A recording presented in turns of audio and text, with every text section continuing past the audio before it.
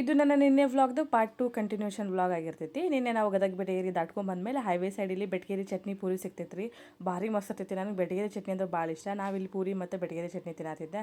ನಮ್ಮ ಯಜಮಾನ್ರು ಎರಡೆರಡು ಸಲ ಟಿಫಿನ್ ಮಾಡ್ತಿಯಲ್ಲ ಅಂತೇಳಿ ನನಗೆ ಕಾಡ್ಸಾಕತ್ತಿದ್ರು. ಆ್ಯಕ್ಚುಲಿ ನಾನು ಅದಕ್ಕೋರಿಗೆ ರೀಸನ್ ಹೇಳತ್ತಿದ್ದೆ. ತಂಡಿಗೆ ಹೊಟ್ಟೆ ಸಿಗ್ತೈತೆ ಅಲ್ಮ.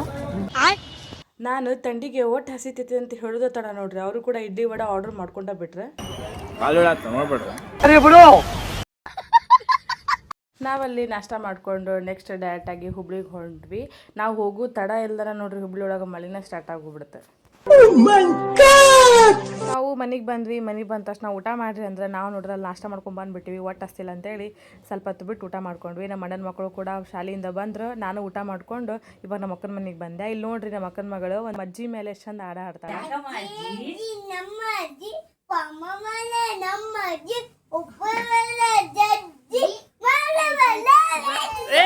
ನಮ್ಮ ಅಜ್ಜಿ ಬಜ್ಜಿ ಅಂಗಡಿ ಹಾಕ್ತಾರ, ಹಂಗಾಗಿ ಆಕಿ ಬಜ್ಜಿ ಅಂಗಡಿ ಮೇಲೆ ಒಂದು ಹಾಡು ಹಾಡಿದ್ಲು. ಭಾರಿ ಚಲೋ ಹಾಡಿದ್ಲು. ಈ ಕಡೆ ನಮ್ಮ ಅಣ್ಣನ ಮಕ್ಕಳು ಹೋಮ್ವರ್ಕ್ ಮಾಡಾಕತ್ತಿದ್ರು. ಫೈನಲಿ ನಮ್ಮ ತಂಗಿ ಕೂಡ ಊರಿಂದ ಬಂದ್ಲು. ಆಕೆ ಆ್ಯಕ್ಚುಲಿ ಇಲ್ಲೇ ಹಾವೇರಿ ಒಳಗೆ ವರ್ಕ್ ಮಾಡ್ತಾಳೆ. ನಾವು ಎಲ್ಲರೂ ಊಟ ಮಾಡ್ಕೊಂಡು ಇನ್ನೇನು ಮಲ್ಕೋಬೇಕಂತ ಬಂದ್ವಿ ರೀ. ಇಲ್ಲಿ ನೋಡ್ರಿ ನಮ್ಮ ಅಕ್ಕನ ಮಗಳು ಎಷ್ಟು ನೀಟಾಗಿ ಕಸ ಹೊಡೆದ್ಲಂದ್ರೆ ಆಕಿ ನಾವು ಇಟ್ಟಿದ್ದಾಗ ಮಾಹೆ ಬಿಟ್ರೆ ಏನೂ ಬರ್ತಿದ್ದಿಲ್ಲ ರೀ.